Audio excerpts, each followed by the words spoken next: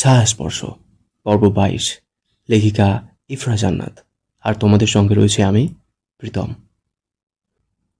রাত 11টা বা তারও বেশি। অন্ধকারাচ্ছন্ন রজনীর আকাশে তারা আর চাঁদের সমাহার। আশেপাশে কত কত জোনাকি তার আলো বিলাচ্ছে। বড্ড উদাসীন লাগছে কাব্যকে। হাতে সবে মাত্রই জ্বালানো সিগারেট। পরপর কয়েকবার গাঢ় টান দিয়ে ধোঁয়া গিলছে। এলোমেলো চিন্তায় মাথা ভার হয়ে রয়েছে তার। এ অবধি কত প্রশ্নের হিসাব কষা বাকি তার জন্য। জীবন আপাতত দুমুখো সাপে কাটছে, আর নয়তো সাপের মুখে চুমু, ব্যাঙের মুখে চুমু খাওয়া, এমন কিছুই ঘটছে। পথঘাট বেশ ফাঁকা। পশ্চিমা ছোট এক জঙ্গল পেরিয়ে সামনে বৃহৎ এক পুকুর। বড্ড নিরিবিলি এক স্থান। সচরাচর এসব স্থানে কারো আগমন ঘটে না। গ্রামের লোক ভূতে ভীষণ বিশ্বাসী। তাদের ধারণা, বহুদিন কোনো স্থান পরিষ্কার না করা হলে অথবা কোনো জঙ্গল বা বন্দি স্থান, এসব স্থানে ঠিক ভূত বসবাস করে। ব্যাপারটা ভীষণ হাসির, তবে আপাতত কাব্য হাসছে না। অস্থিরতার নিরাময় প্রয়োজন। জঙ্গলের মাঝ দিয়ে হেঁটে হেঁটে আস্তে আস্তে পুরো 2খানা সিগারেট শেষ করল। আবারও 3য় নম্বর সিগারেটে আগুন দিয়ে ঠোঁটের কোণে চেপে ধরল। কিসের এত ব্যাকুলতা ঘিরেছে তাকে? এই প্রশ্নের উত্তর জানা প্রয়োজন তার জন্য। এলোমেলো হেঁটে শেষমেশ এসে ঠেকল পুকুর পাড়ে। পানির ওপর চাঁদের ছায়া পড়ছে। দূরে এক আম গাছের দিকে এগিয়ে যাচ্ছিল সে, তবে খেয়াল গেল গাছের গুঁড়িতে কেউ বসে রয়েছে। সত্যি কি বসা, না কি ভ্রম? দোনামোনা করছিল কাব্যের মন। হঠাৎ মনে হলো মস্তিষ্ক তার সাথে ছলনা করছে। সিগারেটে আবারও গাঢ় এক টান দিয়ে লোকটার গতিবিধি দেখতে লাগলো। গাছের গুঁড়িতে বসা ব্যক্তিটিও সিগারেট টানছে। কাব্য নিশ্চিত হলো এটা কোনো যুবক। মেয়েরা নিশ্চয়ই আধারিতে সিগারেট টানবে না। এবার হাঁটা ধরল। দৃষ্টি সামনের পানে স্থির রেখেই টলতে টলতে এসে দাঁড়ালো গাছের গুঁড়িটার কাছে। সিগারেটের শেষ অংশ পুকুরের পানিতে ফেলে ধপ করে বসে পড়ল ব্যক্তিটির পাশে। অস্থির মনে হচ্ছে, নাকি চিন্তিত? আর তো সিগারেট ঠোঁটে গুঁজল। ঘাড় কাত করে একবার তাকিয়ে আবারও পানির দিকে দৃষ্টি রেখে রহস্য হাসল। কাব্য বলল, একটা সিগারেট দে। আর তো পকেট থেকে এক প্যাকেট সিগারেট আর লাইটার বের করে এগিয়ে দিল। কাব্য আবারও সিগারেট ধরিয়ে টানতে থাকল। দুজনের মাঝে খানিক নীরবতা কাটল। গাছের গুঁড়ির পাশে ছোট ছোট কতগুলো মাটির তলা। আর তো কয়েকটা হাতে তুলে নিয়ে মাঝ পুকুরে চাঁদের আলো লক্ষ্য করে ছুড়ল। মুহূর্তেই ঢেউ দিল পানি। পরপর কয়েকটা ঢিল পড়তে পানিতে কম্পন হচ্ছিল। আর্ধ অনুভব করল এই কম্পন। মধ্যরাতে ছমছম পরিবেশে পানিতে টুকটুক শব্দটুকু বেশ লাগছিল শুনতে। কাব্যের কি হলো কে জানে। আস্তে করে আরাধ্যের কাঁধে মাথা রাখল। এরপর আবারও সিগারেট টানতে থাকলো। আরাধ্য একটুও চমকালো না বোধ হয়, অথচ তার চমকিত হবার কথা ছিল। পরপর আরও 2-3টে ঢিল ছুড়ল পানিতে। অতঃপর হাতের কাছে আর কিছু পেল না। বেশ কিছু সময় আবারও নীরবে কাটিয়ে কাব্য বলে, অস্থির হৃদয়ে স্বস্তির কারণ কি ভাই? মৃত্যু। কাব্য মাথা ঝাঁকাল। হুম। আর তো ঘাড় কাত করে একবার দেখল কাব্যের মুখটা। দুজনের এক অংশে বেশ মিল, ভ্রুর কাছে কাটা দাগটা। দীর্ঘশ্বাস ছাড়ল আরাধ্য। কাব্য ফের বলল, মাথায় হাত বুলিয়ে দিবি ভাই, বড্ড ক্লান্তি ধরছে। আরাধ্য একটু বিরক্তি গলায় ফিসফিসিয়ে বলল, কাজ বাজ নেই, এইখানে কার বাল ফালাইতে আইছো? দাও না ভাই। আরাধ্য চেয়েও রাগ করতে পারল না। হাত বুলিয়ে দিতে থাকলো কাব্যের মাথায়। থেকে থেকে চুল টেনে দিতে থাকলো। কাব্য শ্বাস ফেলল। সব কেমন এলোমেলো চলছে। আরাধ্য জিজ্ঞেস করল, কি হয়েছে? কাব্য অনেকক্ষণ চুপ থেকে বলল, কারো বউয়ের প্রতি প্রেমের নজরে তাকানো নিশ্চয়ই পাপ। ইরার কথা বলছিস? কাব্য সোজা হয়ে 2 হাতে হাঁটু ধরে বসল। বড্ড মনে ধরল তাকে। একজোড়া ভয়ার্ত চোখ ছিন্ন ভিন্ন করছে আমায়। কেন যেচে মৃত্যু চাইছিস অভিরূপ? বড্ড আদরের জিনিস, মারতে কষ্ট হবে তো? কাব্য হাসল। ললাটের লিখনে যদি সে আমার হয় তবে? আর তো হেসে ফেলল। তবে তার মৃত্যু নিশ্চিত। কাব্য উচ্চস্বরে হেসে উঠল। মেরে দে আমায়, এত বিষাক্ত জীবনের মানেটাই বা কি? আমার হাতে মরার দেখি বড্ড শখ তোর, শুয়োরের বাচ্চা। চেতে যাচ্ছ তো ভাই, ব্যাপারটা ঠিক যায় না তোমার সাথে। আর তো মলিন হাসল। কাব্য করল কি, মাটিতে জড়ো হয়ে শুয়ে পড়ল, মাথাটা রাখলো আরাধ্যের কোলে। আর তো বলল, আইনের কর্তা হয়ে অপরাধীর কোলে মাথা রেখে দুঃখ বিলাস করছিস, ঘেন্না লাগছে না? লাগছে তো, নিজের উপর। উঠে বস শুয়োর। কাব্য বিন্দুমাত্র নড়ল না। রাত বাড়তে থাকলো। জঙ্গলে পাশের শেয়ালের ডাক কানে পাচ্ছে, ঝিঝি পোকার শব্দ কানে পাচ্ছে। কাব্য ডাকল, ভাই। হুম। আমার আজকাল ভয় হয় ভাই, আর কত লুকিয়ে চলবে সব। অকপটে হাসল আরাধ্য। বহিঃপ্রকাশ যখন হবে তখনই না হয় সমাপ্তি ডাকা যাবে। কাব্য চোখ বুজে নিল। আমার জন্য মন জানি কেমন করছে, একবার দেখা দিয়ে আসি। আব্বাজান খুঁজছে তোকে, এত বছরে তার পরিচয়হীন ছেলের জন্য মন উতলা হয়ে উঠেছে। কাব্য চট করে উঠে বসল। তাই নাকি? আরাধ্য উত্তর করল না। কাব্য বলল, কপাল খুলল তবে, কি বলছো? হবে হয়তো। কাব্য গাঢ় এক নিঃশ্বাস ছাড়ল। আরাধ্যের চোখ দুটোর শান্ত দৃষ্টিতে কিছু একটা রয়েছে। এত নিশ্চুপ সে কবে থেকেছে? কাব্য ভাবনা ছেড়ে জিজ্ঞেস করল, এত অস্থিরতা কিসের? কারো সময় শুরু, কারো হয়তো শেষ। কাব্য ভ্রু কুচকায়। মানে? সব কথার মানে থাকতে আছে নাকি? কাব্য কথা বাড়াল না। আরও কিছু সময় নিশ্চুপে বসে রইল দুজন। রাত বোধহয় 2টা নাগাদ। হঠাৎ ঘাড়ের কাছে কারো গরম নিঃশ্বাস অনুভব করল ইফরা। ঘুম ভেঙে গেল তার। তবে কি আশ্চর্য, পুরো ঘর অন্ধকার, অথচ তার ঠিক মনে আছে সে আলো জ্বালিয়ে ঘুমিয়েছিল। তবে কি বিদ্যুৎ নেই? হবে হয়তো। ইফরা আবারও ঘুমোতে চাইল। যেই চোখ দুটো লেগে আসার মতো, ঠিক তখনই আবারও কারো গরম নিঃশ্বাস অনুভব করল সে। দ্রুত উঠে বসল। ভয়ের তো কাঁপা কাঁপা গলায় আওড়াল, কে? কে? কোনো উত্তর এলো না। মন গহ্বরে ভয়ের বাসা বাঁধল। শরীরের লোমকূপগুলো ভয়ে জেগে উঠেছে। শীত শীত অনুভব হলো তার। অন্ধকারাচ্ছন্ন ঘরে কিছুই নজরে আসছে না। আবারও এক শীতল বাতাস সর্বাঙ্গে প্রভাবিত হলো ইফরার। শরীরটা কেমন জানি ঝাঁকুনি দিয়ে উঠল তার। ঠোঁট দুটো তীর তীর করে কাঁপছে। আশেপাশে হাত দিয়ে বুঝতে চাইল কেউ আছে কিনা, তবে ব্যর্থ হলো। কিছু সময় চুপচাপ বসে এদিক ওদিক দৃষ্টি ঘুরিয়ে সবটুকু পর্যবেক্ষণ করল। মন বলছে কোথাও কেউ নেই। এই ভাবনাকে প্রশ্রয় দিয়ে নিজেকে শান্ত করতে চাইল। তবে ধীরে ধীরে বিছানা ছেড়ে উঠে দাঁড়ালো মোমবাতির খোঁজে। একটু একটু করে হেঁটে কোথায় এলো ঠিক বুঝতে পারল না সে। হঠাৎ কানের কাছে কারো শীতল স্পর্শ পেতেই শরীর হিম হয়ে যায়। ইফরা আবারও জিজ্ঞেস করল, কে?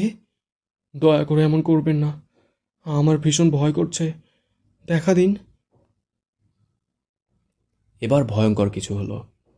পুরুষালী শক্ত দুটো হাত শক্ত করে চেপে ধরল ইফরার কোমর। গা গুলিয়ে এলো ইফরার। ঘৃণায় মুখ কুঁচকে এলো। স্পর্শ ছিল এতটাই গায়ে, যা ধীরে ধীরে প্রসারিত হয়ে হাত গিয়ে ঠেকল ইফরার নরম পেটের দিকে। আর এক দফা চমকিত হলো মেয়েটা। দাঁতে দাঁত চেপে রাগান্বিত স্বরে বলল, কে আপনি? মরণে এত তীব্র আকর্ষণ কেন? এক হাতে পেটের মাংস খামচে ধরল ছায়ামানব। নিষিদ্ধ জিনিসের প্রতি অমায়িক এক প্রলোভন সকলের থাকে প্রিয়তমা, আমি ব্যতিক্রম নই। নখ গেঁথে গিয়েছে হয়তো, জ্বালা ধরেছে। ইফরা চোখ বুঝে কিছুটা বুঝে ওঠার আগেই এক ঝটকায় ঘুরিয়ে দিল তাকে। শক্তপোক্ত এক থাপ্পড় পড়ল ইফরার গালে। মুহূর্তেই চোখ মুখ অন্ধকার দিয়ে আসে তার। চোখের সামনে অন্ধকার ঘরটা কেমন ঘোলা লেগে যায়। মিনিট কয়েকের মাঝে জ্ঞান হারালো সে। ছায়ামানব আগলে নিল তাকে। আলতো করে মাথাটা রাখল বুকের বাম দিকে। বুকের মাঝে হৃদযন্ত্রে অস্বাভাবিক ধুক ধুক শব্দটা ধীরে ধীরে কমে এলো তার। আস্তে করে এক চুমু খেলো ইফরার ললাটে। এরপর কোলে তুলে নিল ইফরার ছোটখাটো দেহটা। রাত পেরিয়ে আরাধ্য ফিরল ভোরের দিকে। এলোমেলো চুলগুলোতে হাত বুলিয়ে বুলিয়ে দরজা খুলে ঘরে ঢুকল। পুরো ঘর ফাঁকা, ঠিক যেন খা খা করছে। কপাল কুঁচকে দু একবার ডাকলো আরাধ্য, ইরা, ইরা। কোনো জবাব এলো না। অথচ মেয়েটাকে ডাকার আগেই কাছে এসে ফেরে। আরাধ্য পুরো ঘরে চোখ বুলিয়ে ব্যালকনির দিকে তাকালো। ওদিকটাও ফাঁকা দেখাচ্ছে। যথারীতি ব্যালকনিতে আর গেল না সে। ঘর ছেড়ে বেরিয়ে পড়ল। ছাদের দিকে দেখা প্রয়োজন তার। গুনগুন করতে করতে ছাদের দিকে হাঁটছে। আমি এক ফেরিওয়ালা ভাই, স্বপ্ন ফেরি করে বেড়াই। আমি এক ফেরিওয়ালা ভাই, স্বপ্ন ফেরি করে বেড়াই। হরেক রকম স্বপ্ন পাবে, আশা কিংবা নিরাশার, জন্মভূমি মুক্ত করার কিংবা প্রিয় প্রেমিকার। আমার স্বপ্ন কিনতে হলে আস্ত পাগল হওয়া চাই। আমি এক ফেরিওয়ালা ভাই, স্বপ্ন ফেরি করে বেড়াই। নচিকেতার গান এটা, অনেকদিন আগে শুনেছিলাম, মনে নেই। যাই হোক, ছাদে এসে দাঁড়ালো। পুরো ছাদ ফাঁকা। ভোরের আলোতে একটু একটু করে পরিষ্কার হচ্ছে প্রকৃতি। চারিদিক পাখির দল ক্যাচ ক্যাচ করছে। এটা তাদের নিত্যদিনের কাজ। আরাধ্য ছাদ থেকে বাগানের দিকে তাকালো। ওই দিকটাও ফাঁকা লাগছে। বিড়বিড় করে কিছু একটা বলল। এরপর চিলেকোঠার ঘরের দিকে গেল। কি জানি ভেবে বেশ সাবধানে মাটির নিচের পথ দিয়ে এলো কালকুটরিতে। আরাধ্যর মন বলছিল মেয়েটা এই ঘরে আসতে পারে। এই বন্দিশালা ঘিরে বড্ড কৌতূহল তারা আষ্টে পৃষ্ঠে ধরে। কালকুটরির ঘরে এসেও চমকিত হলো। ইফরা আসেনি কুঠুরি ঘরে। দুজন লোক রাখা হয়েছে কুঠুরি ঘরে। ইরফাত নেই, তাকে রাজধানীতে পাঠিয়েছে আরাধ্য। তার যাবার কথা ছিল, তবে ইফরা নিরাপত্তা ভেবেই যাওয়ার সাহস হয়ে ওঠেনি। কুঠুরিতে এসেই হাঁক ছাড়ল, নুরুজ্জামান, নুরুজ্জামান। আরাধ্যের ডাকে এক যুবক বেরিয়ে এলো। গায়ের রং তামাটে, চুলগুলো ভেড়ার লোমের মতো কোঁকড়ানো, পরনে এক লুঙ্গি আর সাদা রঙের এক গেঞ্জি। পোশাকের উপরে কালো এক শাল জড়িয়েছে। কুঠুরি ঘরের শীততাপ হতে রক্ষার্থে শালকে হাতিয়ার করেছে। আর্দ্র জিজ্ঞেস করল, কেউ এসেছিল? নুরুজ্জামান বলল, না তো ছোট নবাব, কারো আসার কথা রয়েছে? আরাধ্য এক ভ্রু উঁচিয়ে বলল, কেউ আসেনি? আগে না ছোট নবাব। আরাধ্যের কপালে চিন্তার ভাঁজ ফুটল। সে আবারও জিজ্ঞেস করল, সত্যি বলছো, কেউ আসেনি? বারবার একই প্রশ্নে খানিক বিচলিত হলো নুরুজ্জামান। শুষ্ক ঢোক গিলে বলল, কসম কইতেছি কেউ আসেনি ছোট নবাব। আরাধ্যের গলা শুকিয়ে এলো। কণ্ঠের কথাগুলো দলা পাকিয়ে আটকে রয়েছে। এ কেমন অনুভূতি হচ্ছে সত্যি সে বুঝে উঠতে পারছে না। একটু সরে গিয়ে মাটিতে খাটের উপর বসে পড়ল। নুরুজ্জামান প্রশ্ন করল, আপনি কি অসুস্থতা অনুভব করছেন ছোট নবাব? আরাধ্য কেমন দৃষ্টিতে জানি তাকালো। নুরুজ্জামান এই দৃষ্টি হতে পরিচিত নয়। আরাধ্য কাঁপা গলায় বলল, এক এক গ্লাস পানি আনো নুরুজ্জামান, পানি খাবো। নুরুজ্জামান পানি আনতে ছুটল। আরাধ্য করল কি, চিত হয়ে শুয়ে পড়ল। অস্থিরতায় শরীর ঘেমে উঠছে। কুঠরির শীতলতা তাকে স্পর্শ করছে না হয়তো। কপালে ঘামের বিন্দু বিন্দু ফোঁটা। নুরুজ্জামান পানি এনে ডাকল, ছোট নবাব। এনেছ? এনেছি ছোট নবাব। আরাধ্য উঠে বসল। পানির গ্লাস হাতে নিয়ে এক নিঃশ্বাসে পানিটুকু শেষ করল। নুরুজ্জামান আবারও বলল, একখান কথা বলি ছোট নবাব। আরাধ্য কেমন দৃষ্টিতে জানি তাকালো। নুরুজ্জামান এই দৃষ্টি হতে পারছে।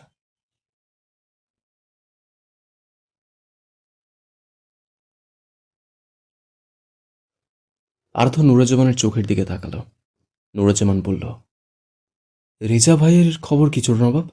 আইজ গোটা দিনে একবারেও আইল না। রেজা কামে গেছে, শেষ হইলেই আসবো। তুমি এদিকের খেয়াল রেখো, আমি উঠছি। রেজা পুলিশের হাতে, এটা আড়াল করলো আরাধ্য। রেজাকে নিয়ে কারো কাছে কৈফিয়ত দিতে বাধ্য নয় সে। এটা তাদের সম্পর্কের কাতারে পড়ে না। মনে এক তীব্র অস্থিরতা নিয়ে বেরিয়ে গেল কুঠুরি ছেড়ে। অস্থিরতার কারণ কি শুধু ইরা, নাকি আরও কিছু সংযোগ রয়েছে এতে? আরাধ্যের চেহারা দেখে অন্তত এটা নির্ধারণ করা সম্ভব নয়। সোয়া চান পাখি আমার, সোয়া চান পাখি, আমি ডাকি তাসি তুমি ঘুমাইছো নাকি? আমি ডাকি তাসি তুমি ঘুমাইছো নাকি? তুমি আমি জনম ভরা ছিলাম মাখামাখি, তুমি আমি জনম ভরা ছিলাম মাখামাখি, আইজ কেন হইলা নীরব, মেলো দুটি আখি রে পাখি, আমি ডাকি তাসি তুমি ঘুমাইছো নাকি। গানটা ইউটিউবে শুনো, ঠিক আছে? মারাত্মক গান। আমি একদম সুর কন্ট্রোল করতে পারিনি যদিও। অন্ধকার ঘরখানা মুখরিত হয়ে উঠেছে গানের শব্দে। প্রতিটি শব্দ যেন দেয়ালে বাড়ি খেয়ে কম্পিত হচ্ছে ঘরে। ধীরে ধীরে পিটপিট করে চোখ খুলে ইফরা। তার কানে বাজছে কোথায় যেন কেউ কাঁদছে। পুরুষের কণ্ঠের গানের সাথে কান্নার শব্দ শুনতে পাচ্ছে সে। ইফরা আস্তে আস্তে উঠে বসল। ছিম ধরা মাথায় সামনের দিকে তাকাতেই হারিকেনের হলুদ আলোতে একটা আবছা মানবের দেখা পেল। তখনও গান গাইছে লোকটি। পোপানের শব্দ স্পষ্ট কানে আসছে। কি করুণ স্বরে গান ধরেছে সে। মুগ্ধ হয়ে শুনল কিছু সময়। হঠাৎ কি হলো কি জানে, ইফরা কাঁপা গলায় বলল, কে কে আপনি? গান থেমে গেল, তবে নড়ল না লোকটি। ইফরা আবারও জিজ্ঞেস করল, কথা বলছেন না কেন? সামনে আসুন, চেহারা প্রদর্শন করুন। উঠে দাঁড়ালো লোকটি। হারিকেনের আলোর দিকে ঝুঁকে গিয়ে এক মোমবাতি ধরিয়ে নিল। লোকটার পরনে সাদা পাঞ্জাবি, গায়ে শালের মতন কিছু একটা আছে হয়তো। ইফরা অন্ধকারে বুঝল না। সে এখন অব্দি এটাও বুঝতে পারছে না এখন রাত নাকি দিন। যদি দিন হয়ে থাকে তবে এত অন্ধকার কেন? কোথায় রয়েছে সে? লোকটি এগিয়ে আসছে। যত কাছে আসছে হলুদ মোমের আলোতে স্পষ্ট হচ্ছে তার অবয়ব। একটু একটু করে কাছে এসে দাঁড়ালো ইফরার। শাল দিয়ে মুখের এক অংশ বেশ করেই আড়াল করা। লোকটি একবার ইফরার আশেপাশে চক্কর কেটে আবারও সামনে এসে দাঁড়ালো। ইফরা শান্ত হয়ে পর্যবেক্ষণ করলো লোকটির অবস্থান। ঠিক যে মুহূর্তে এই লোকটি স্থির হয়ে দাঁড়ালো, ইফরা বেশ চতুর বুদ্ধি আর দক্ষ যোদ্ধার ন্যায় এক টানে খুলে ফেল লোকটির মুখের আড়লে রাখা শালটি। স্পষ্ট হলো এক হলদে ফর্সা চেহারা। ইফরা অবাক কণ্ঠে আওড়ালো, ছোট খন্দকার আপনি? উড়ান শান্ত হয়ে তাকিয়ে আছে ইফরার দৃষ্টির পানে। তার চেহারা আর কোনো ভাবনা প্রকাশ পেল না। নীরবে কাটল কিছু সময়। দুই জোড়া চোখে মুগ্ধতা, এরপর চোখ জোড়া কেবলই অবাকের রেশ। খানিক সময় বাদেই শক্ত হয়ে এলো ইফরার চুবুক। দাঁতে দাঁত চেপে বলল, কোন মতলবে এনেছেন আমায়? এটা কোন জায়গা? উড়ান কথা বলছে না। ক্রোধ আরও বৃদ্ধি পেল। উত্তর করুন ছোট খন্দকার, কোন সাহসে আপনি আমায় তুলে এনেছেন? উড়ান এড়িয়ে গেল ইফরার প্রশ্ন। পকেট হতে ফোন বের করে কাউকে একটা কল করল। মিনিটের মধ্যেই ঘরের দরজা খুলে প্রবেশ করল একজন পুরুষ। বাইরের খানিক আলো নজরে এসেছিল দরজা খোলার পর। ইফরা নিশ্চিত হলো দিনের আলো ফুটেছে ধরণীতে। দুটো প্লেট এনে রেখে যায় লোকটি। আবারও অন্ধকার হয়ে যায় ঘরটি। এ কেমন স্থান? ইফরা আশেপাশে নজর ঘুরিয়ে বুঝতে চাইল, তবে উপায় নেই। অন্ধকারের দৃষ্টি বেশি একটা কুলিয়ে উঠল না। উড়ান খাটের একপাশে মোমবাতি রাখল, হাত ধুয়ে খেতে বসল। বড় বড় লোকমা তুলে খাচ্ছে লোকটি। ইফরার গা ঘিনঘিন করছে তার খাওয়া দেখে। বড় বড় হাতে বড় বড় লোকমা তুলছে। দেখে মনে যেন কত বছর খায় না সে। দেখে মনে হচ্ছে যেন কত বছর খায় না সে। ইফরা দৃষ্টি ঘুরে নিতে গিয়েও পারল না। এক একে প্লেটে সব তরকারি একত্রে করে চটকিয়ে খাবার মুখে তুলছে উড়ান। ইফরার মনে হলো সে একজন বদ্ধ উন্মাদ। অতি দ্রুত খাবার শেষ করল উড়ান। ঢকঢক করে এক গ্লাস পানি পান করে এলো ইফরার নিকটে। কোনো প্রকার অনুমতি ছাড়াই তাকে টেনে নিয়ে বসল বিছানায়। দ্বিতীয় প্লেটের ভাত মাখিয়ে ছোট ছোট লোকমায় তুলে ধরল ইফরার মুখের সামনে। ইফরা চট করে মুখ ঘুরিয়ে নিয়ে খানিক আগের উন্মাদনা স্মরণে আসতেই গা গুলিয়ে এলো। উড়ান ভাতের লোকমা সামনে রেখেই বলল, খেয়ে নাও প্রিয়তমা, ভাতের উপর রাগ করতে নেই। ইফরা হাত সরিয়ে দেয় উড়ানের। কড়া গলায় বলে, আমাকে এখানে কেন এনেছেন ছোট খন্দকার? আমার প্রশ্নের উত্তর দিন। খেয়ে নাও প্রিয়তমা, আপনাকে মারতে আমার বড্ড কষ্ট হয়। তীক্ষ্ণ এক চাহনিতে তাকালো ইফরা। ভাতের লোকমার দিকে তাকিয়ে তাচ্ছিল্য করে হেসে বলল, পাগলের সুখ মনে মনে প্রবাদ নিশ্চয়ই শুনেছেন। আপনার কাজকর্মের ফলস্বরূপ আপনাকে পাগলের উপাধি দেওয়া আমার ভুল বলে মনে হয় না। অনেক তো বললে, এবার খেয়ে নিন। খেতে ইচ্ছুক নই আমি। ছোট নবাব আসার আগে এই নাটক বন্ধ করুন, নয়তো। ভাতের প্লেট নামিয়ে রাখল উড়ান। আরও কিছু এগিয়ে এসে বসে বলল, নয়তো কি প্রিয়তমা? নয়তো আপনার কলিজা ছিঁড়ে শিয়াল কুকুরকে খাবেন উনি। উড়ান হয়তো কোনো কৌতুক শুনল, ইফরার রাগান্বিত স্বরে চিবিয়ে চিবিয়ে বলা কথাগুলোতে বিন্দুমাত্র ভয় কাজ করল না তার। ভেতরে হাত উঁচিয়ে ইফরা গাল স্পর্শ করতে আচ্ছা বিন্দুমাত্র ভয় কাজ করল না তার ভেতরে। হাত উঁচিয়ে ইফরার গাল স্পর্শ করতে নিলেই ইফরা কড়া গলায় থমকে উঠল। এ দুঃসাহস করবেন না ছোট খন্দকার। ভুলে যাবেন না আমি অবলা নারী নয়। এর প্রমাণ ইতিমধ্যে আপনি পেয়েছেন। উড়ান চট করে হেসে ফেলল। আপনি তেজস্বী তা অজানা নয়, তবে আপনি সাহসী নন।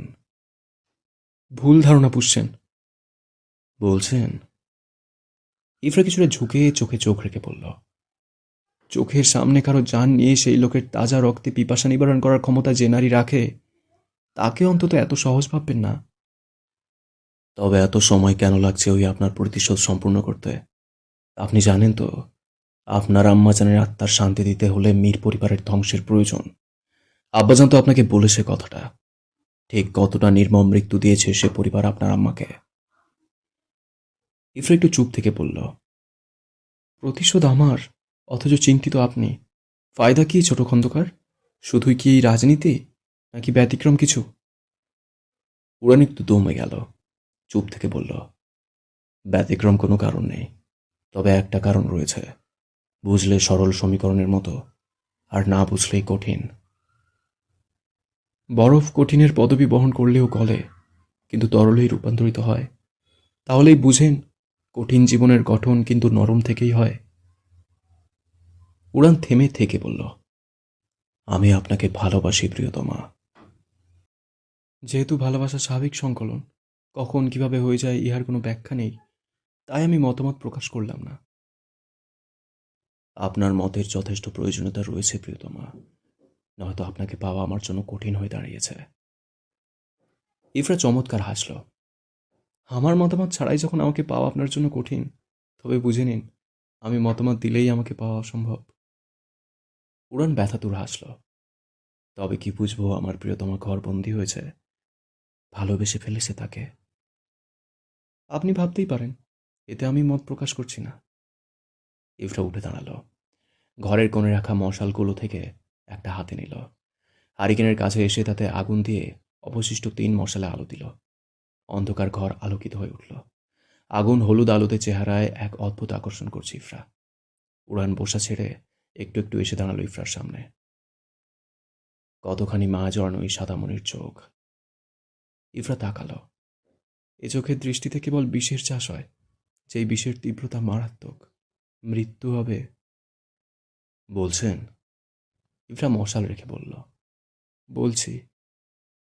উড়ান হতাশার নিঃশ্বাস ফেলল। ইফরা আবারও বলল, যেতে দিন, বিপদ বাড়াবেন না। তোমার চাওয়া হবে না মেয়ে, এ আশা মন থেকে মুছে ফেলো। আবারও বদ্ধ দরজা খুলে কেউ প্রবেশ করছে ঘরে।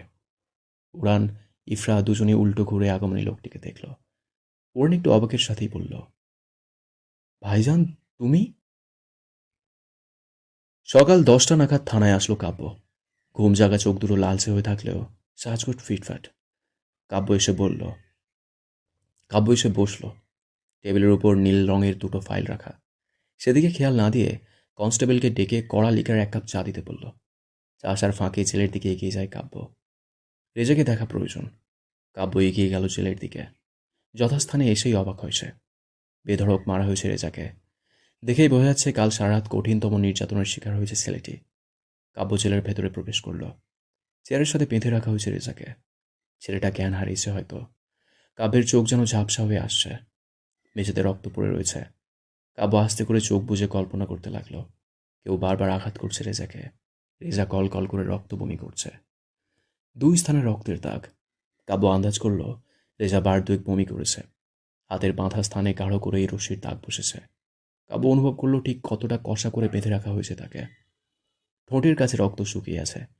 কাব্য আবারও চোখ বুজে ভাবল, কেউ জোরে জোরে থাপড় মেরেছে রেজাকে। গলার কাছে আঁচড়ের দাগ। কেউ কি গলাটা চেপে ধরেছিল? হবে হয়তো। হাতের কাছের দাগগুলো এড়িয়ে যেতে পারল না কাব্যের চোখ। কেউ বেল্ট জাতীয় কিছু একটা দিয়ে পিটিয়েছে, যার ফলস্বরূপ হাতের বিভিন্ন অংশের চামড়া কালো হয়েছে। রেজার পরনে এক কালো স্যান্ডো গেঞ্জি। পিঠের উন্মুক্ত স্থানের দাগগুলো দেখেই গলা শুকিয়ে আসে কাব্যের। কাব্য একবার ছুঁয়ে দেখতে চাইল আঘাতগুলো স্থানে। করল তাই। কাঁপা কাঁপা হাতে ছুঁয়ে দিল। একটুখানি কেঁপে উঠল রেজার শরীরটা। কাব্য দ্রুত হাত সরিয়ে নিল। একটু সময় বাদে আবারও অপর এক ক্ষতস্থানে হাত ছুঁয়ে দিল। রেজা সজাগ হলো। ব্যথাতুর কেটে যাওয়া স্থানে শীতল হাতে স্পর্শ জ্বালা ধরিয়েছে। রেজা চোখ কুঁচকে বলল, বড় লেগেছে বড় লেগেছে অফিসার। এবারও কি ক্ষত দেখে নিশ্চিত হয়ে আবারও আঘাতের পরিকল্পনা করছেন? খানিক দম নিয়ে শুষ্ক ঢোক গিল রেজা। যতই আঘাত করুন, দাঁতের ফাঁস গলিয়ে একটিও শব্দ বেরোবে না আমার। কাব্য আর এক দফা চমকিত হল রেজার কথায়। রেজা আবার বলল, আমার লাশ দাফনের সুযোগ দিন ছোট নবাবকে। উনি ব্যতীত আমার কেউ নেই। কাব্য দাঁড়িয়ে থাকতে পারল না বেশিক্ষণ। একবার সামনে এসে দৃষ্টি মেলায় রেজার ভয় নাকি জোড়ায়। দ্রুত স্থান ত্যাগ করল। রেজা কাব্যের পালিয়ে যাওয়া দেখে উচ্চ শব্দে হেসে উঠল। ব্যথা দূর গলায় রসিকতায় গাইল, নিথু আপাথারে নেমেছি বন্ধুরে, ধরো বন্ধু আমার কেহ নাই। নিথু আপাথারে নেমেছি বন্ধুরে, ধরো বন্ধু আমার কেহ নাই। তোলো বন্ধু আমার কেহ নাই, বন্ধু ধরো বন্ধু আমার কেহ নাই। চিকন ধুতি খানি পড়িতে না জানি, না জানি বান্ধিতে কেশ। চিকন ধুতি খানি পড়িতে না জানি, না জানি বান্ধিতে কেশ। নিথু আপাথারে নেমেছি বন্ধুরে, ধরো বন্ধু আমার কেহ নাই। ধরো বন্ধু আমার কেহ নাই, তোলো বন্ধু আমার কেহ নাই। অল্প বয়সে প্রীতি করিয়া হয়ে গেল জীবনের শেষ। অল্প বয়সে প্রীতি করিয়া হয়ে গেল জীবনের শেষ। নিথু আপাথারে নেমেছি বন্ধুরে, ধরো বন্ধু আমার কেহ নাই। রেজা থামল। ক্লান্ত শরীরেই আবারও চেয়ারে মাথাখান ঠেকিয়ে রাখল। ঘরের মাঝে আরাধ্যের সেই আরাম খাওয়া চেয়ারটার শব্দ হচ্ছে। তবে আজ ওটাতে আরাধ্য বসেনি, ইফরা বসেছে। বরাবরের মতো আট পরে শাড়ি পরেছে, সাথে হালকা পাতলা গহনা। লম্বা চুলগুলো ছেড়ে রাখা, যেটা কিনা চেয়ার পেরিয়ে মেঝেতে পড়ে রয়েছে। আজ একটা জিনিস যুক্ত হয়েছে সাজের সাথে। ইফরা আলতা পরেছে, সাদা পায়ে লাল রঙা প্রলেপ, বেশ স্নিগ্ধ। হাতে মোটা রুলির পালা। এ সাজ যেন বড্ড মানিয়েছে মেয়েটাকে। সাদামণির চোখ জোড়া ইফরার আকর্ষণ। ব্যবচ্ছেদ। ও দাদিজান, এইসব কি বলছেন আপনি? আপনার কথা আমার মাথায় ঢুকছে না। এই তো কইলেন বৌরানী নাকি ছোট খন্দকারের বন্দিঘরে রয়েছে। তবে বৌরানী ঘর এলো কি করে? আর ওই অফিসার যে ছোট নবাবের ভাই এইসব ছোট নবাব জানলো কেমনে? পাখির কথায় মুচকি হাসল জামিলা বেগম। এক খিলি পান গালে গুজে চিবোতে শুরু করলো। বেশি করে খয়ের চুন দিয়ে পান খান জামিলা বেগম। কয়েকবার চিবিয়ে একটু থুতু ফেলে বললেন, এত সময়েও বুঝলি না মেয়ে? ছোট খন্দকারের মন চোরা ছিল আমাদের বৌরানী। তাই তো তার ক্ষতি কিংবা আঘাত করার কথা স্বপ্নেও কল্পনা নেই তার। পাখি অবুঝের ন্যায় বলল, সেসব না হয় বুঝলাম দাদিজান। তবে ছোট খন্দকার যে প্রতিশোধের কথা বলল, সে প্রতিশোধের শাস্তি নিশ্চয়ই খন্দকার সাহেবেরও পাওয়া উচিত। কেননা তিনিও তো ছিলেন বৌরানীর মায়ের ধর্ষক। ও, কেননা তিনিও তো ছিলেন বৌরানীর মাকে ধর্ষণ ও হত্যায়। বাপ কেউ ছাড়ে না মেয়ে। এ কাহিনীর শেষ জানা অবধি আমাদের অপেক্ষা করা উচিত। ঘড়ির কাঁটায় তখন রাত 3টে। জামিলা বেগম পানের পিচ ফেলে বললেন, ফ্যানের বাতাসটা খানিক বাড়িয়ে আয় তো দেখি। বাকি কাহিনী আমি খানিক আরামে বসে বলি। পাখি উঠে গিয়ে রেগুলেটর ঘুরিয়ে ফ্যানের পাওয়ার বাড়িয়ে দিল। জামিলা বেগম তখন জামিলা বেগম তখন খাটের পার্শ্বিতে বালিশে ঠেকিয়ে বসেছে। পাখি গিয়ে তার সামনে বসল। মনে অনেক প্রশ্ন খোঁজখোঁজ করছে। অতঃপর মনের সকল প্রশ্নকে প্রাধান্য দিয়ে জিজ্ঞেস করল, আচ্ছা দাদিজান, এখন কথা কই আপনারে। জামিলা বেগম শুধু চেয়ে রইল। পাখি বলল, এই যে ছোট খন্দকার কইল বৌরানী সব জানে, তো এটা কবে জানছে? জামিলা বেগম গাঢ় এক দীর্ঘশ্বাস ছাড়ল। এরপর চোখ দুটো বন্ধ করে নিল। সময় তখন সবে গ্রীষ্মের শুরু। এক পূর্ণিমার রাতে খন্দকার সাহেব এলেন ইসমাইল শেখের বাড়িতে। ইসমাইল শেখ সময় ইসমাইল শেখ সে সময় শহরে গিয়েছে কোনো এক দরকারি কাজে। রাত তখন প্রায় 9টা নাগাদ। সবেমাত্র দশম শ্রেণীতে উঠেছে ইফরা। রাত জেগে পড়তে পড়তে একঘেয়েমি হয়ে উঠেছে মনের স্বস্তির প্রয়োজন তার। রাত বিরাতে আকাশের দিকে চেয়ে থেকে বড় বড় কিছু দীর্ঘশ্বাস নিংড়ে ফেলা তার জন্য বড় স্বস্তির কাজ। সৃষ্টিকর্তা হয়তো মাথার উপর আকাশ দিয়েছেন তার সৌন্দর্যে মোহনীয় হয়ে দীর্ঘশ্বাস ছাড়তে। এই যে বিশাল আকাশের গায়ে রাজত্ব করার জন্য একখান চাঁদ দিয়েছেন, চাঁদের কিরণ দিয়েছেন নিশীথ রজনীকে আলোকময় করতে। একাকিত্ব চাঁদের সঙ্গিনী করতে দিয়েছে লক্ষ লক্ষ তারা। ইফরা বেশ গভীর চোখে তাদের দিকে তাকিয়ে থাকে। চাঁদের গায়ে দাগ রয়েছে। ওটা কিসের দাগ? সুন্দর চাঁদের গায়ে কি তবে ওটা কলঙ্কের দাগ? আচ্ছা, চাঁদে কলঙ্ক রয়েছে? চাপা স্বরে কারা যেন তর্ক করছে। কে করছে? ইফরা কান পেতে শুনতে চাইল, তবে এখন আর তর্ক কানে আসছে না। খানিক বাদে আবারও কারো কণ্ঠ শুনতে পেল সে। এক পুরুষ কণ্ঠ ইফরার কপালে ভাঁজের উদয় করল। আব্বাসান নেই, তবে এই বাড়িতে কি করে পুরুষ এলো? একটু বাদে জোহরা বেগমের ধরা কণ্ঠ শুনতে পেল।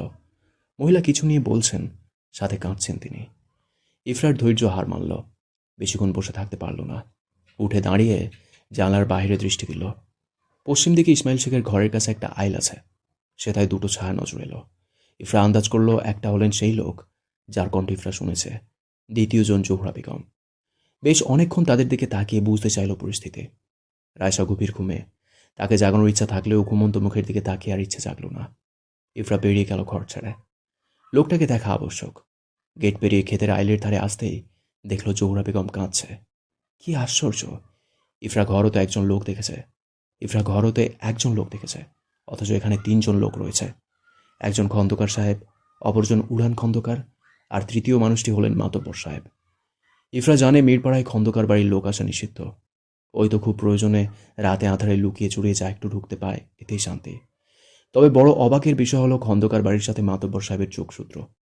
ভাবনার মাঝে একটা কথা স্পষ্ট শুনতে পেল ইফরা। ছোট খন্দকারের সাথে ইফরার বিবাহের প্রস্তাবনা। ইফরা খানিক আড়ালে দাঁড়ালো। সম্পূর্ণ কথাগুলো শুনতে মন খোঁচাখুচি করছে তার। মতের বিরোধিতা তার ভীষণ অপছন্দের কাজ। খন্দকার সাহেব বললেন, তোমার বড় মাই আমার পোলার বউ হইব জহুরা। এ কথার বেশি আর কোনো কথা নাই আমার।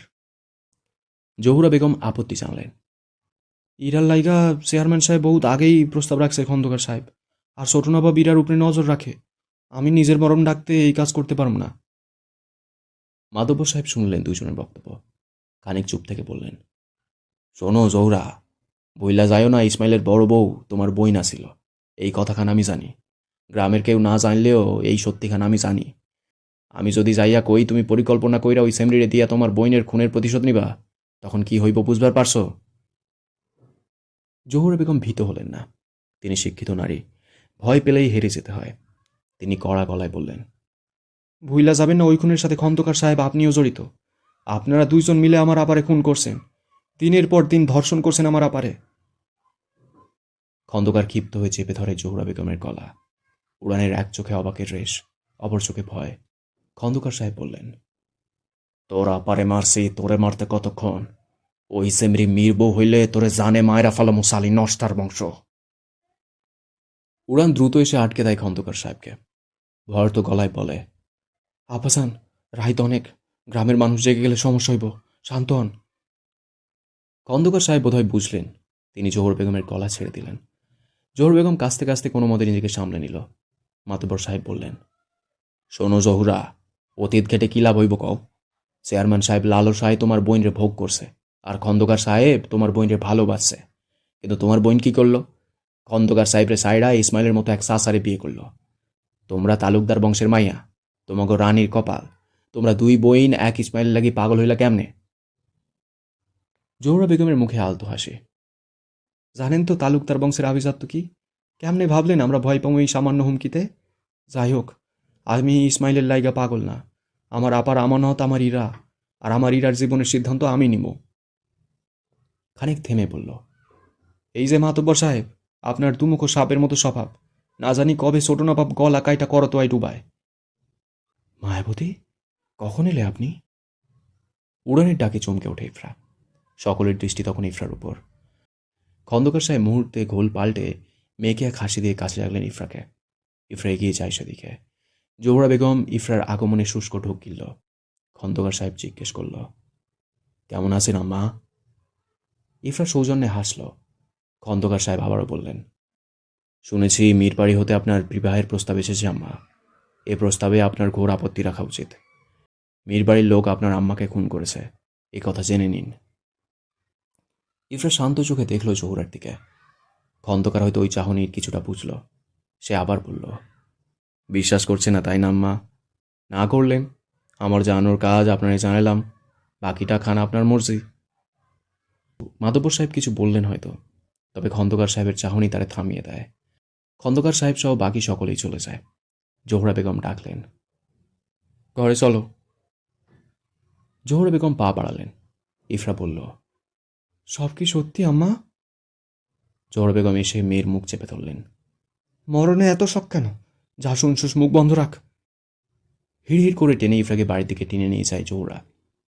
তারা যেতে এক ছায়া আইলের দিকে যায়। মাতবরের চতুর মস্তিষ্কের কাজ যেন সব ক্রিমিনাল বুদ্ধিও হার মেনে যায়। সকলে চলে যেতেই এক বিশ্রী স্বরে হাসল সে। জোহরা বাড়ির উঠোন পেরিয়ে ঘরের দিকে যাবে, তবে তা হলো না। ইফরা প্রশ্ন করল, এত লুকোচুরি কতকাল চলবে আম্মা? আপনি এড়িয়ে যেতে পারেন না আমায়? জোহরা বেগম থমকে দাঁড়াল। যথাসময়ে সব জানবে। এত কৌতূহলী হলেই বিপদে পড়বে মেয়ে। ইফরা তাচ্ছিল্য হাসল। বড়জোর মৃত্যু আমায় আগলে নিবে, এর থেকেও তো বড় বিপদ কিছুই নেই আম্মা। জোহরা বেগম ঘুরে তাকাল। তুমি হেরে গিয়ে মরবে বলে তোমায় বাঁচাতে আমি এত বছর কষ্ট করিনি মেয়ে। তোমায় প্রতিশোধ নিতে হবে। কোন প্রতিশোধ আম্মা? আমার আপার মৃত্যুর প্রতিশোধ, তোমার আম্মার মৃত্যুর প্রতিশোধ ইরা। ইফরা অবুঝের ন্যায় চেয়ে থাকল। জোহরা বেগম এগিয়ে আসলো। ইফরার হাত ধরে টেনে নিয়ে গিয়ে বসলো বারান্দায়। মাটির নিচ হতে ঠান্ডা উঠছে, তবে এতে বিন্দুমাত্র চিন্তা নেই তাদের। জোহরা বেগম ইফরার হাত ছেড়ে নিজের হাতে মুষ্টিতে নিল। শক্ত বাঁশ চেপে ধরল ইফরার হাত। দীর্ঘশ্বাস ছেড়ে বলল, আমরা তালুকদার বংশের মেয়ে ইরা। আমি আর তোমার আম্মা দুজনের বয়সের ফারাক বেশি একটা নয়। তালুকদার বংশে দুই পুরুষের কোনো কন্যা সন্তান নেই। শুনেছি যে বছর আপার জন্ম হলো, সে বছরেই বড় আম্মার মৃত্যু ঘটেছে। সদ্য দুগ্ধজাত সন্তান দুধের লাগি কান্নায় ফেটে পড়ত। তাকে সামলানো ভীষণ রকমের মুশকিল হয়ে উঠেছিল এরশাদ তালুকদারের কাছে। সন্তানের লাগিয়ে আবারও দ্বিতীয় বিয়ে করলেন এরশাদ তালুকদার। ঘরে এলো নাজমিন এরশাদ। এ পর্যায়ে এসে দম নিল জোহরা বেগম। ইফরা প্রশ্ন করল, নাজমিন এরশাদ কে আম্মা? আমার মা। ইফরা এ পর্যায়ে চমকিত হল। অবাক কণ্ঠে বলল, আপনি আর মা তবে সৎ বোন? জোহরা বেগম খানিক হাসল। আমি আর রূপা আপা সৎ হলেও আম্মা কখনোই আমাদের তা বুঝতে দেয় নাই, বরং আমার থেকে বেশি রূপা আপারে বেশি সোহাগ করছে। ইফরা নিশ্চুপে শুনে থাকল। জোহরা বেগম আবারও বলতে থাকে, রূপা আপা রূপ গুণ সব দিকেই সেরা ছিল। ঠিক যতখানি গুণবতী রূপবতী, তার থেকেও বেশি ছিল মেধাবী। ধীরে ধীরে সকলের নজরে আকর্ষিত হয়ে উঠতে থাকলো রূপা। গ্রামের আনাচে কানাচে ছেলেদের নজর পড়তো তার উপর। অথচ ঘরে আর এক মেয়ে অযত্নে বেড়ে উঠতে লাগলো। আপা সুন্দর বলেই আম্মা সব কিছুতে বেশি গুরুত্ব দিতে লাগলো। আম্মা নিজের মেয়েকে দিনের পর দিন অবহেলায় তুচ্ছ তাচ্ছিল্য করতে থাকলো। সে বছর নবম শ্রেণীতে উঠেই আপার প্রেম হলো ইসমাইল খন্দকারের সাথে। এ পর্যায়ে জোহরা বেগমকে থামিয়ে দিল ইফরা। অবুঝের ন্যায় প্রশ্ন করল, ইসমাইল খন্দকার মানে আম্মা? আব্বা খন্দকার বংশের লোক? জোহরা বেগম বুঝল ইফরার কৌতূহল। সে বলল, ইসমাইল খন্দকার আর আজমাইন খন্দকার দুজনেই চাচাতো ভাই। এ পর্যায়ে বড় একখান শখ খেল ইফরা। জোহরা আবারও বলতে শুরু করল, ইসমাইল খন্দকারের সাথে প্রেম হলো রূপার। দুজনেই দুজনের লাগি পাগল। তবে এই সম্পর্কে বিপরীতে ছিল আজমাইন খন্দকার। আপার উপরে নজর আসিল তার। আপার রূপে মজেছিল আজমাইন খন্দকার। ইনিয়ে বিনিয়ে ইসমাইল খন্দকারের বাপ ইয়াকুব খন্দকারের কাছে আপার নামে ইনিয়ে বিনিয়ে হাজার খান কেসা কাহিনী শোনানো হলো। ইয়াকুব খন্দকার কড়া নিষেধাজ্ঞা দিয়েছিলেন এই প্রেমের। শত্রুতার আগমন ঘটল দুই পরিবারের। আব্বাজান বহুবার আটকে রেখেছিলেন আপাকে, তবে আপা ছিল তীব্র জেদি। সে তার প্রেম সফল করতে রাতের আধারে ইসমাইল খন্দকারের হাত ধরে পালিয়ে গেল। দুজনের পরিচয় পাল্টালো। ইসমাইল খন্দকার থেকে ইসমাইল শেখ হলো পদবী। এইদিকে উত্তাল গ্রাম। আপার পালিয়ে যাওয়ার খবরে আব্বা ভীষণ ভেঙে পড়লেন। এলাকা শহর ভিন্ন ভিন্ন স্থানে আপার খোঁজ করা হলো। একইভাবে খন্দকার বাড়ির লোকজন তাদের ছেলের খোঁজ খবর করতে লাগলো। তবে দুটো মানব যেন উধাও হয়ে গেল। তবে বিপদ যেন ঘাড়ের উপর থেকে নামে না। ঘুরিয়ে ফিরিয়ে বিপদের কাঁধেই আশ্রয় নিয়েছিল তারা। মীর আহনাব, বর্তমানে আমাদের গ্রাম্য চেয়ারম্যান যিনি, তার আশ্রয়ে পলাতক ছিল আপা আর তোর আব্বা। জহুরা বেগম আবারও দম নিল। গলা ধরে আসছে তার, তবুও যেন সত্যের জাল কাটতে অটল সে। খানিক চুপ থেকে আবারও বলল, মীর আহনাব তাদের সাহায্য করছিলেন। শুরুর দিকে বেশ ভালো চলছিল আপার তোর আব্বার সংসার। তবে বিপত্তি ঘটল মাস দুয়েক পর। এক ঝড়ের রাতে যখন সদ্য বিবাহিত এক নারীর টসটসে চেহারায় নেশা ধরল চেয়ারম্যানের। আপার রূপ তাকে আষ্টে পৃষ্ঠে জড়িয়ে নিল। সাহায্যের আড়ালে আপারে ভোগ করার এক ভয়ঙ্কর নেশা তার মস্তিষ্কে স্থান করে নিল। এক ছাদের নিচে বসবাস করতে করতে আপার প্রতি তার লোভ বৃদ্ধি পেতে শুরু করলো। সুযোগ সন্ধানী চেয়ারম্যান ক্রমে ক্রমে ওত পেতে থাকতে শুরু করলো আপাকে একবার কাছে পাওয়ার জন্য। তবে তার আগেই গর্ভে আগমন হলো তোর। বোধহয় খানিক সময়ের জন্য বেঁচে গেল আমার আপা। তবে ওই যে বলে না, বাঁচাতে চাইলেই কি বাঁচা যায়।